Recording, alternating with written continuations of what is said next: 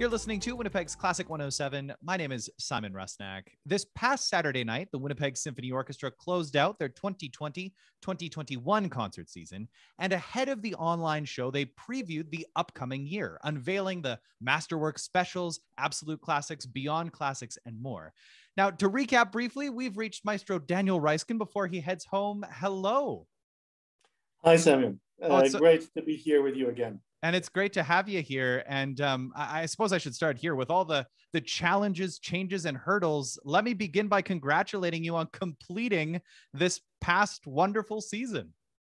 Well, thank you. And I think that we all agree that to have the word season in our phraseology and equation is already an achievement in itself, because so many orchestras around North America, around the world altogether, have been doing things only sporadically, definitely not through fault of theirs. But I think that we can agree that the Winnipeg Symphony Orchestra has succeeded in continuously presenting a well-designed program offering throughout the complete season to our patrons and community. And that was a great challenge, but looking back, we're very proud that we have achieved that.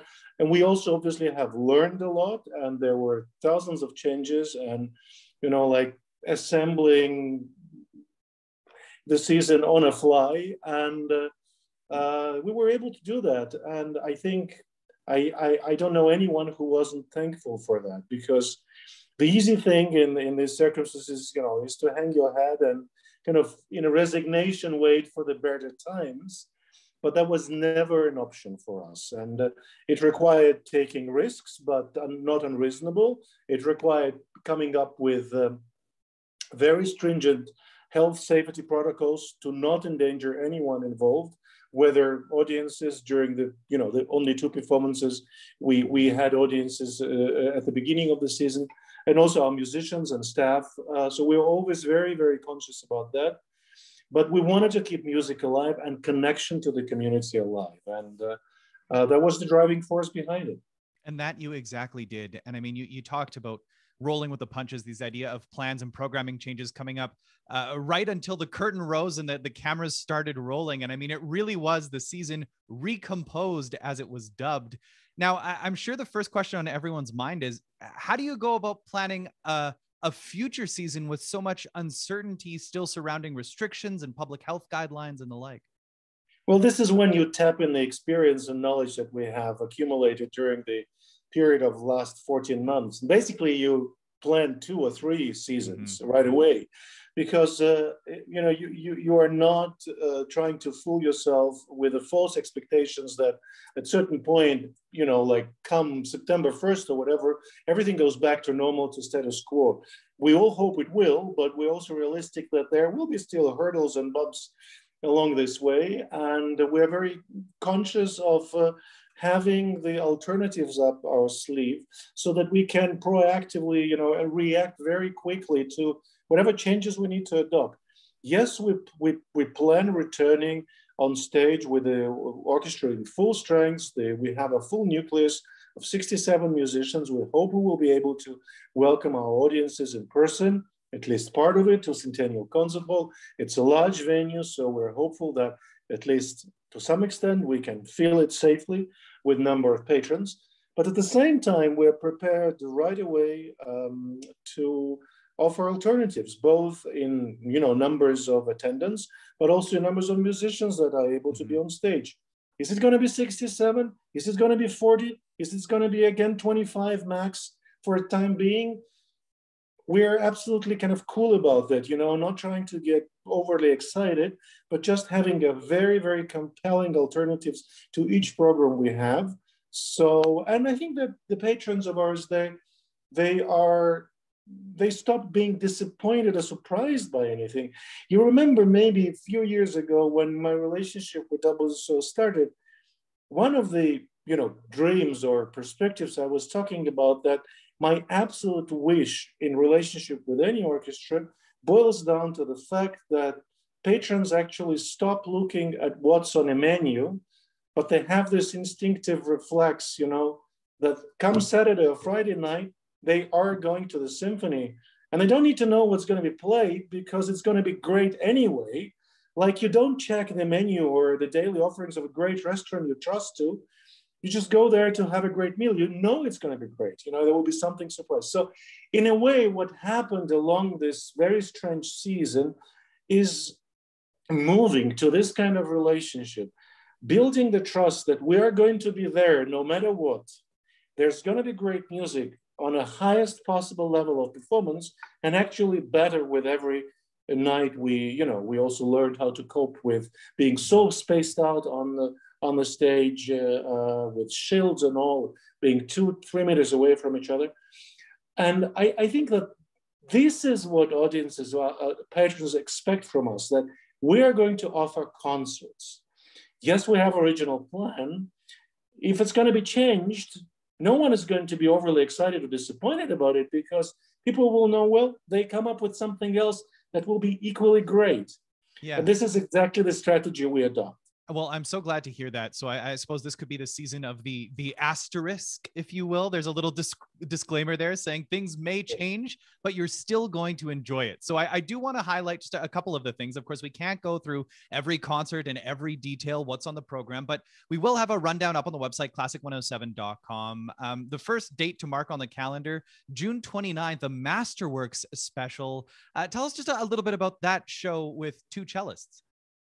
Yeah, well, it's no secret that WSO possesses incredible depth in terms of quality of musicians that work for our organizations, some of them for many years. And we proved during this past season that we could really lean on incredible level of quality and standard by actually using the local talent and own soloists from the orchestra. One of them is one of the Winnipeg's favorites, Yuri Huka, our principal cellist. It's a wonderful person, wonderful musician, fantastic cellist, and a great teacher. And I was, happy and privileged to work with him as soloist already on quite a few occasions. But quite recently, I was very impressed by a recital, both he and his student, I'm lost for name. David Liam Roberts. David Liam Roberts have put together for the Virtuosi series in Winnipeg the recital for 2 celli.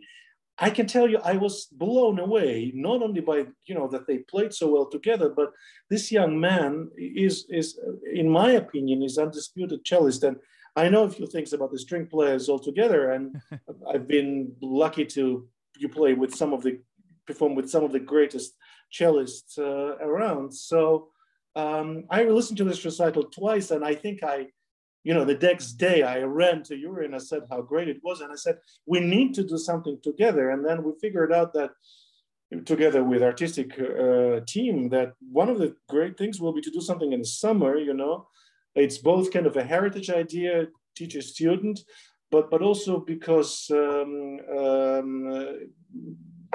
David is a local musician from Winnipeg, who studied with Yuri for so many years. And we found some really great repertoire with, Vivaldi and great cello virtuoso Piatti, just making kind of a little Italian summary program with Italian Symphony of Mendelssohn. And after that, also, I heard another recital where the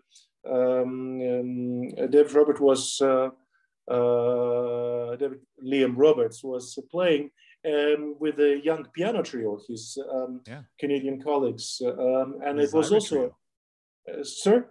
The Zyra trio, yeah. Yeah, and it was also a very, very compelling performance. So I was once again, kind of confirmed in my initial gut feeling that we need to do something there. So that's great. I mean, if you can, and it's kind of a new generation of the great quality, highest level Winnipeg musicians, born here, studied here, moved on to study in some of the best conservatories in Canada or abroad. And what better way to proceed? The Masterworks special, June 29th. Mark it on the calendar. And another date to circle is Saturday, October 2nd. Now, that is the first formal concert of the 2021-2022 season that features none other than, hopefully, great Canadian pianist Stuart Goodyear to kick things off. What an opener. Yeah, absolutely. And you know, it's again one of these things that Greek Piano Concerto was on the opening program of the 2021 season, with Jan Lisetsky, another great Canadian cellist of a younger generation, and Jan, who was often in Winnipeg with Manitoba Chamber Orchestra, was supposed to finally make his debut with us. Well, you know, COVID interfered with his plans, and we definitely will have Jan, who's a great personal friend of mine, with us in the near future. But I heard a lot of great things about Stuart Goodyear, and also heard his playing, you know, recordings, and he's been with WSO before many years ago. It's great to have him back in a concerto that really, you know, as popular as some of the symphonies, like I think I compared it in popularity with Beethoven's Fifth, you know, and this kind of opening timpani roll and the cascade of octaves from the piano. It's a really kind of a landmark of the piano concertos. And the second half of the concert will feature Brahms' Second Symphony, which echoes the opening of our 1920 season, which was Brahms' first. And somehow we are moving along the lines of a Brahms, unofficial Brahms symphony cycle. And I can tell you, the first season of my ever first music director positions in Germany, the first things I did was doing the complete Brahms cycle, Brahms symphony cycle. I have a special affinity with this music, and it's great we can continue with that. And it's possible to do with 60 musicians, also possible with 40. So I'm quite confident we will come to that. All about providing that flexibility. And I do want to talk about when it comes to flexibility, tentatively, we should be welcoming back performers and conductors to Winnipeg to perform alongside or lead the WSO. Can you mention just a few of the names, a few of the talents that you're looking forward to seeing in Winnipeg this coming year? Well, for example, I know that Cameron Crosman, the wonderful young Canadian cellist, made really big waves here when he was here for the first time, but it was not with me. So I am kind of curious to see whether the waves will be as big when we work together. And the piece we're going to do is very dear to me. It's a wonderful, really epic concerto by Edward Elgar, which I also happened to play once only. It was a very special endeavor because there is a version for viola and orchestra by Lionel Tertis. It is a cello concerto. I cannot dispute that, but it's a music of such incredible beauty and you know, philosophical integrity and tribute also to terrible years of the First World War. I was very compelled to play it. So I'm looking forward to meeting Cameron Crosman in a program that will finally also feature the Beethoven Fifth that was postponed, I don't know how many times. So this combination is great. And then, of course, I'm very much looking forward to one musician who was supposed to make it to Winnipeg last March 2020, was the first program we actually canceled, was Tchaikovsky Violin Concerto with Vadim Gluzman.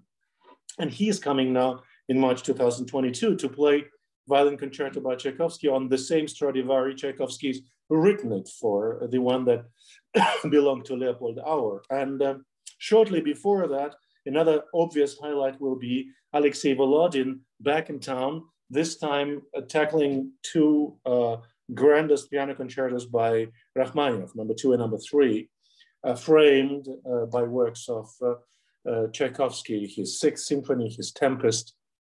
So I think anyone who attended back-to-back Beethoven concertos, which was the last concert live we did with audience, you know, in March 2020, it's all kind of emblematic to have these people back, not only because they already made their mark, like Volodin in Winnipeg.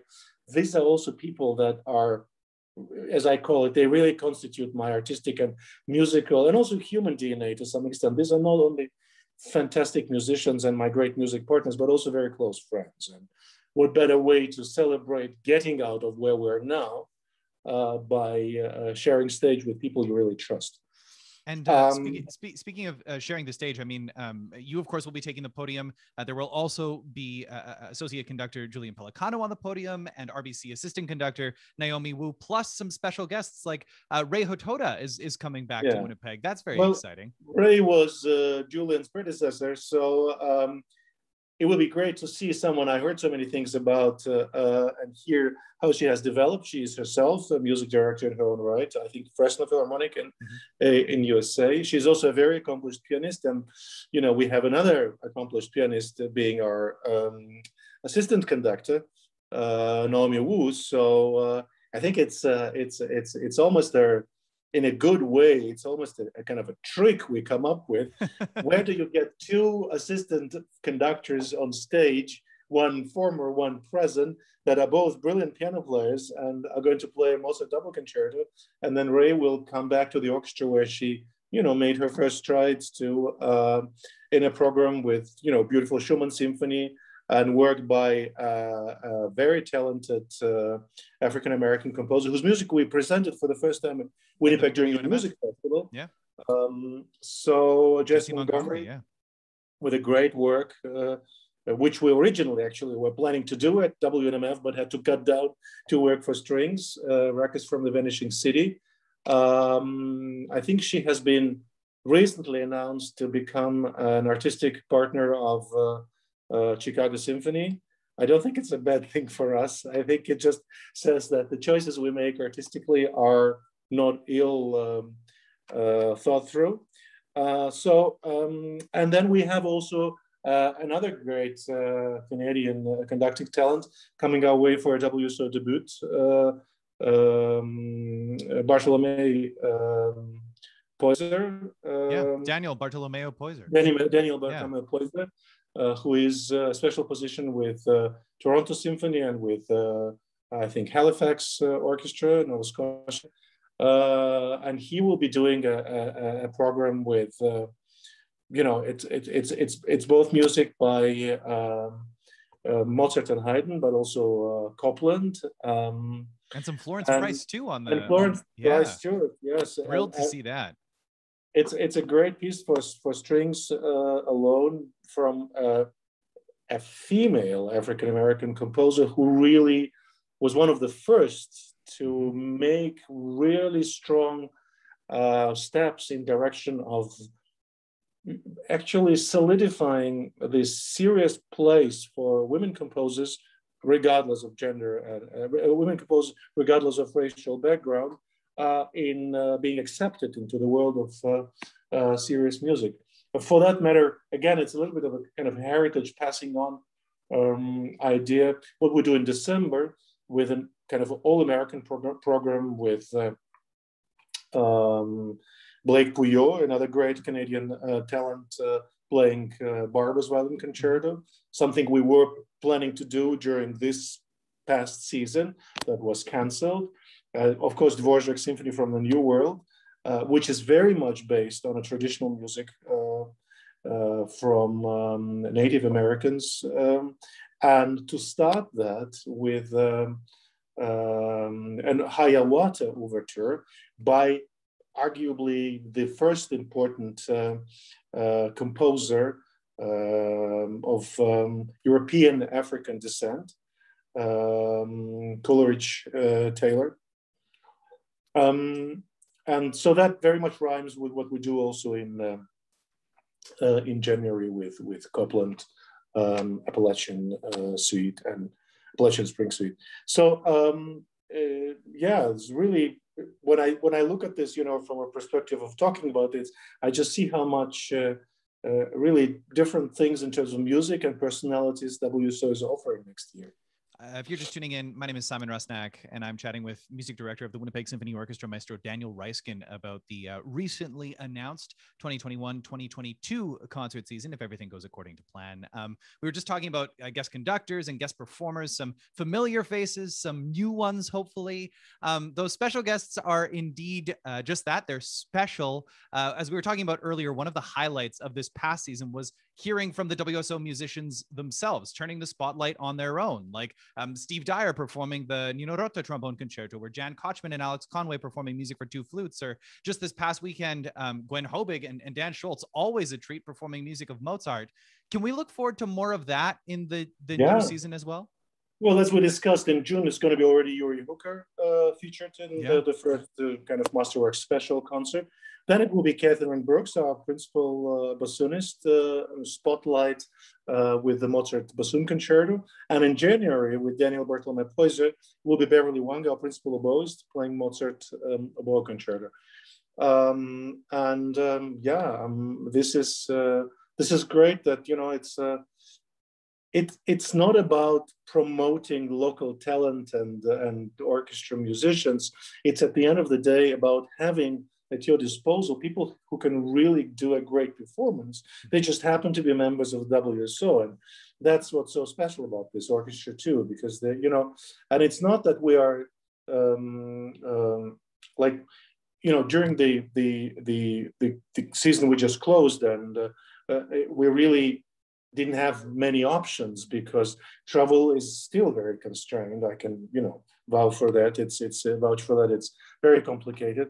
So for us, it was also a way to be saved because you could lean on that. Mm-hmm. But we just realized that this is one doesn't need any kind of excuse to do that, because the quality of what these musicians can offer, and we also had Carl Stobbe and Jeremy Buzach and our principal bass player, Meredith Johnson, has played, was featured as a soloist in double bass concerto, and you know, and our 3 trumpet players recently in Telemann concerto.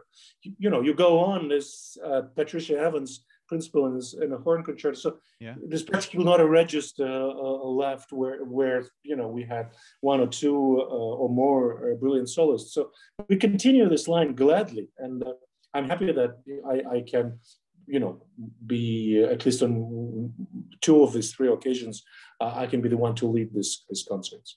The last thing I want to ask you about is perhaps one of the biggest things of this past year. Of course, the online concert. I can't not mention it. It's something that we've all been taking in for the last year. No substitution for live in-person experience of a 67-person orchestra. But looking ahead to the season to come, is the online concert going to be something that is continued to be offered? Yeah, we are confident that it is going to be, and it needs to be. Just simply also to give everyone the opportunity to kind of phase into this new reality without being under duress. You know, there will be people that are already fully vaccinated and feel more comfortable than others when they see that the next person in the hall is maybe 2 meters away. There will be others that are really in need of getting this music, but will be a bit more careful. They would still have an opportunity to have our concerts from the comfort of their home. Or for others, it will be a combination of, you know, going to 2 performances live and taking 2 or 3 in online. And I think that majority, if not all the orchestras around the world, and definitely North America, are looking into that as a model. It's going to be a hybrid offering. And you know what? We experienced already this past season that, you know, some people that would be maybe reluctant to be part of our Masterworks concert, who regularly come to Pops or Night at the Movies, it's so easy to check it out by pressing a button on your computer. You don't need to think, well, how would I feel among people that know so much about Beethoven and Mozart, while I'm interested in Broadway and music by John Williams, you know, whatever it's, or I like music from Harry Potter. No, and we get this feedback that people write us that I never would have thought I would go to the Masterworks, but now I watch the Masterworks, a New Music Festival for that matter, online, and I really liked it. So these people start now considering doing that in first place, but very soon they might be also compelled to come to a concert live. So that's the best way to promote your orchestra in the community. There's one big thing I need to mention. I'm sure you're aware that our plans for the first European tour and the Netherlands tour that were postponed from May 2020 into May 2022 are to happen if everything goes to plan again. and the epidemiological situation is stable, and international travel is restored to more or less normal. The plans are there that in beginning of May 2022, we are going to celebrate what we were supposed to 2020. These concerts are there, the funds are there. We have great repertoire, which has been slightly adjusted to postponement of 2 years later. And I think this will be at the end the page that will allow us to really close the COVID chapter. Going through the next season is by all means not going to be an easy ride. I'm sure we will experience, bumps here and there. But by May, June 2022, I think things would be critically more stable. And then it will be a deserved time for celebration. It most certainly will be. Maestro, thank you so much for taking the time today. I so look forward to chatting about the rest of these concerts in more detail in the coming year. And again, congratulations on a season of perseverance. Absolutely. And looking Thank you forward to very much for your curiosity and support. And I'm sure one of the things that will definitely stand out is also our plans for New Music Festival, which will be absolutely a great lineup. But as you say, I'm very much looking forward to continue this dialogue on a regular basis. So looking forward to it as well. Thanks so much, Maestro. Thank you. Thank you, Simeon.